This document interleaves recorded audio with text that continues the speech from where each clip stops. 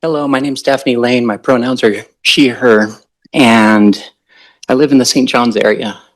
I wanted to thank you first off for building a region where for so many people it feels like home.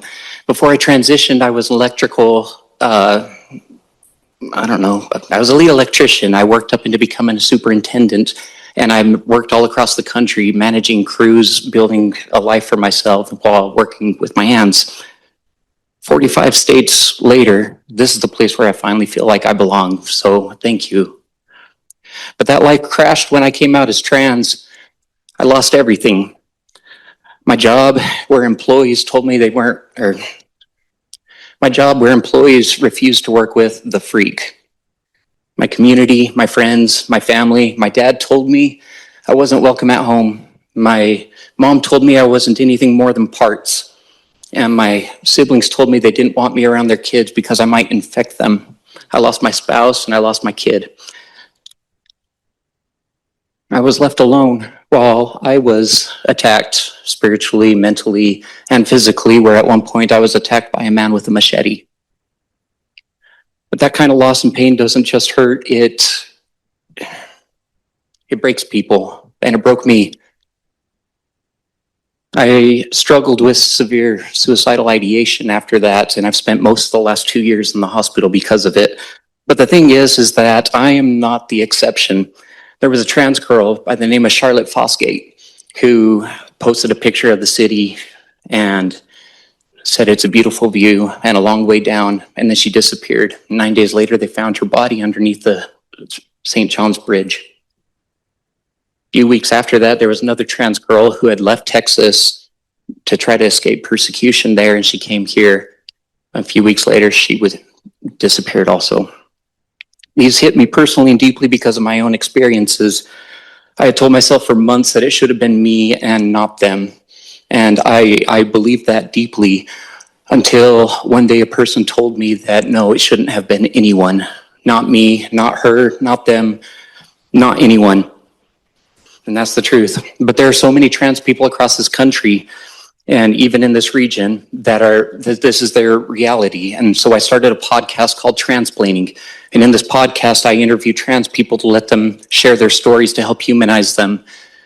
I interview parents and allies to talk about how and why they support the community. And I interview experts in all the different fields to try to help dispel myths.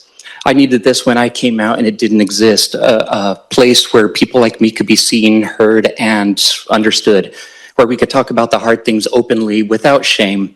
Because when we hide from the darkness grows, but when we shine a light on it, that's when change begins.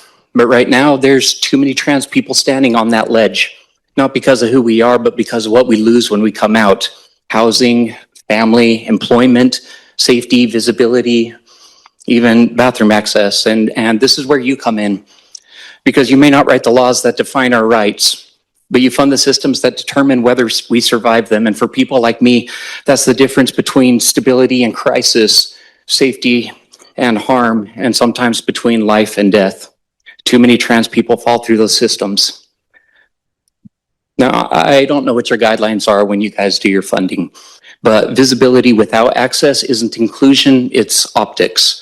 So I ask you that when you fund housing, that you ensure that it's truly safe and affirming for trans people, that you require the organizations you support to be inclusive, not just in words, but in action, visibility, and accountability.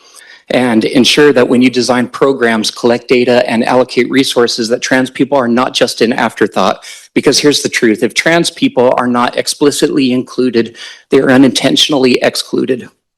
Being seen is not taking a slice of pie where by taking that slice you leave less for the rest of us, but rather it's making a larger one where more people belong. And when we expand who is seen, who is protected, and who is valued, we don't lose anything. We become more compassionate, more understanding, more connected as a community. Trans people should not be heard only on days of visibility or in moments of performative action. We deserve to be seen, heard, and supported consistently as part of the fabric of this region. Because increasing the presence of all people deepens who we are as a society. Showing love, real, accountable, actionable love, is never a failure. It should be the standard. And if this region truly is a place where people can feel at home, then we don't need to be just allowed to exist here. We need to be seen here. Thank you. Thank you.